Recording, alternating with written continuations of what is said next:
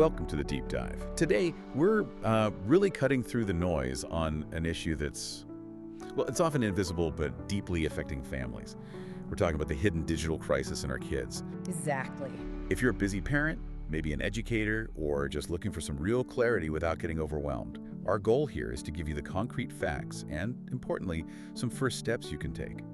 Like today. Yeah, and we've pulled together some, frankly, powerful material for this. It's basically a wake-up call. The argument is, don't just read the warnings anymore. We have to read through the lines, and react. React based on real stuff. Absolutely. Real-world examples, solid data. We want to turn that vague worry many parents feel into something you can actually understand and act on. Okay, let's jump right in then. We have to start with a story that just lays bare how volatile this whole thing is. Think about this scenario. A government tries to ban social media platforms. Right. The reaction from young people, it was immediate. It was huge. Thousands protesting in the streets. And it got ugly fast. Yeah, it turned violent. Reports say 19 people died, over 400 injured. I mean, the political fallout was massive. The prime minister actually resigned over it. That's intense. And the key thing to grasp here is the why. Why such an extreme reaction? It wasn't just about losing an app, was it? Not at all. This exposed a really profound dependency. The source material shows this generation felt like their actual lifeline, social, emotional, was cut. Social media wasn't just fun, it was tangled up in their identity, their friendships, their whole sense of purpose. Wow, that level of integration, it's way beyond what most of us experienced growing up with tech. Totally different. And when you see that kind of societal explosion, you really have to pause. Think about how that translates maybe on a smaller scale to your own home. You mean like that intense mood swing, that feeling of real loss. Yeah. Maybe it's a magnified version of what you see when the Wi-Fi goes down and your teenager just melts down. Okay. It shows you just how deep the emotional scaffolding built on these platforms really goes. And sadly, it's not just about protests or mood swings. The dangers get much more immediate, physical, even life-threatening. We have to talk about these online challenges. Yeah, we do. And these aren't just stories floating around, they're documented tragedies. Take the Blackout Challenge. It's been linked to the deaths of at least 20 kids, some as young as 10. 20? That's horrifying. It is. And there was another global viral challenge, very public, that claimed 8 more lives. These are the snarkest examples, the lethal potential hiding in plain sight online. It's not just physical stunts either, right? There was that other darker thing. You're probably thinking of that 50-day game, really insidious. It's been linked to hundreds of teen suicides. Russia, India, Brazil. It spread globally. And didn't it reach the U.S. too? It did. There was a documented case of a 20-year-old Indian student here in the U.S. who died attempting its final tasks. God, that's awful. And bringing up these specifics, it's crucial. It forces us past denial, doesn't it? You can't just brush it off as kids being kids. Yeah. It shows this is a credible global crisis. Digital influence can go from just scrolling to genuinely life-threatening. It makes the urgency real. And if those real-world tragedies aren't enough, the numbers, the hard data, they paint a pretty stark picture too, don't they? They absolutely do. We're seeing a rapid increase in problematic digital behavior. Look at social media problematic use jumped from 7% in 2018 to 11% in 2022. So significant jump in just 4 years. A big jump. And it shows the problem isn't slowing down, it's speeding up. And think about this. Over a third of young people report being constantly in touch with friends online. Constantly? Yeah. And 12% show gaming patterns that are considered problematic. Okay, so we know these platforms are built to grab attention. You mentioned that. What does that constant digital drag actually do to a kid's brain day to day? How does it show up? That's the million-dollar question, isn't it? And the research points to 4 main negative impacts from sort of unchecked device use. First up is fragmented attention. Fragmented attention, Yeah. like they can't focus. Exactly. All that constant switching between apps, notifications, it creates what some researchers call attention residue. Deep concentration just erodes. It gets replaced by this chronic distraction, this need to just keep scrolling, keep clicking, shallow engagement. So when I see my kids struggling to just sit and read or finish homework without grabbing their phone every 2 minutes, it's not just them being difficult.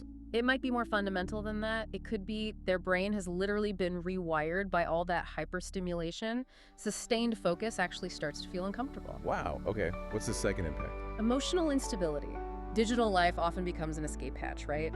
But paradoxically, it can actually amplify anxiety and mood swings. It leaves kids with this really fragile sense of self that's totally dependent on likes, comments, external validation. And that fragility must spill over into real-world interactions. Absolutely. Which leads to the third point. Weakened social skills. When most of your interactions are filtered through a screen, you lose practice in vital real-life skills. Like empathy, reading cues. Exactly. Empathy, collaboration, resolving conflict face-to-face, those skills atrophy. So they might feel digitally connected but become more isolated in the real world. And the fourth? Just basic health disruption. The blue light, messing with sleep, being sedentary for hours, the constant mental stimulation. It all undermines sleep quality, physical fitness, even immune health over time. It's kind of insidious how it creeps up. Yeah. It's so easy for parents to miss it, right? You just see glimpses of a kid on the phone after school and you think, You rationalize, oh, they need to unwind or they deserve some fun. We make excuses. yeah. There's this really powerful analogy used in one analysis to describe that slow burn of parental concern. It's like a dog sitting on a single nail. A dog on a nail. Yeah, it whines a little, right? There's this persistent nagging ache, but it's never quite uncomfortable enough for the dog to actually get up and move from its familiar spot. Oof, that hits home. Yeah. So we kind of know there's a problem, but the pain isn't bad enough yet to make us do the hard thing and change something. Precisely. And by the time the pain gets really bad, the grades plummet, the anxiety is crippling, the problem is deeply embedded. Often, parents then seek help for the child rather than looking at how the home environment, maybe their own enabling, contributed. And the research also points a finger, gently, at modern parenting itself. Yeah. Like, our good intentions might backfire. Yeah, this idea that in wanting to shield our kids from hardship, we might be over-providing. We give them so much convenience. But we were shaped by hardship, right? That's what built our resilience. That's the argument, that we sometimes forget that struggle, that overcoming challenges, that delayed gratification, that's what forged our character, by making everything instant and easy for them. We rob them of the chance to build those same strengths. Exactly. And this feeds into what's called the cost of digital lethargy. Think about it. Impulse online shopping replaces maybe a thoughtful discussion about a purchase. Food delivery replaces the connection and effort of a home-cooked meal. So family engagement gets eroded by convenience. Right. And kids learn instant gratification, distraction, passive consumption, instead of patience, contribution, effort. Okay, this isn't about making anyone feel guilty. It's about seeing the patterns we can change it. Let's pivot hard now. What can we actually do? This needs to be about positive action, reclaiming balance. Absolutely. Actionable steps, not rigid, unrealistic rules. The first, and maybe the most important, is the family digital reality check. And crucially, this starts with the adults. With you. With us? Yes. You have to reflect honestly on your own tech habits. Ask yourself, what am I really modeling here? What are the hidden consequences of my digital choices? Because you can't teach mastery if you haven't started mastering it yourself. That's a tough mirror to hold up, but essential. Okay, self-awareness first. What's strategy 2? Establish tech-free anchor points. These are non-negotiable times or zones where devices are just off limits. Like dinner time. Definitely. The material strongly suggests committing to one tech-free meal a day. Dinner is great. Or maybe tech-free bedrooms after a certain hour. Even better, a weekly tech Sabbath, maybe a few hours, maybe a whole day.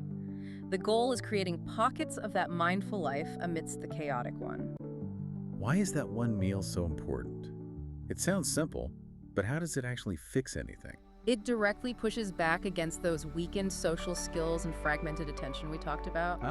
Take away the screens, you force face-to-face conversation, you have to listen actively, engage thoughtfully. Kids get to practice those low-stakes social interactions, negotiation, even disagreement in a safe space. It rebuilds family connection that screens constantly interrupt. Right, it makes everyone present. Makes sense. What's the third strategy? Observation and connection. This means parents need to become mindful observers of their kids and model self-control themselves. We encourage you. Really watch your child's mood when they're separated from their devices. What are we looking for? Does that separation trigger anxiety, irritability, that hypervigilance we associate with dependency? Treat it like a symptom you need to understand. So pay attention to the withdrawal signs. Exactly. And then you have to walk the talk. Model the behavior you want to see. If you want them off their phone, you need to be off yours. Choose the walk over scrolling. Pick up a print book. Have a real conversation instead of clicking buy now. That modeling is powerful. So the big picture isn't about banning tech entirely. It's not about becoming Luddites. No, not at all. The goal is mastery. It's about teaching kids how to use these powerful tools without being used by them. And that involves love, clear intentions, and sometimes compassionate discipline. Saying no to unhealthy habits, setting boundaries, that is an act of love. Okay, this has been incredibly clarifying. We've seen the urgency, the shocking global incidents, the climbing statistics, but we also have clear first steps. Yeah. That family reality check, starting with ourselves. Committing to just one tech-free meal, and really observing, mindfully, what's happening when the screens go dark. The message is clear. Don't just hear this, read through the lines, and react positively. And I want to leave you with one final thought to chew on this week. We talked about how device dependency can lead kids to look up instant answers, right? Which stunts their critical thinking, their ability to problem solve independently. Yeah, they search instead of solve. Exactly. So my challenge to you is, what simple, hands-on, maybe multi-step problem-solving task can you introduce this week? Something that forces them to figure things out without reaching for Google immediately. Like what? Could be anything. A complex puzzle, a craft project with instructions, following a tricky recipe together, maybe a simple science experiment, something that requires effort, thought, maybe even a little frustration to build that self-reliance muscle. That's a great practical challenge. Rebuilding critical analysis, step by step. Okay, looking ahead in our next conversation, we're going to dive even deeper into how these digital environments actually rewire developing brains. We'll focus specifically on focus, sleep, and crucially, the simple family routines that can act as powerful anchors against that invisible damage. Perfect. We'll explore those practical pathways next time. We'll see you then.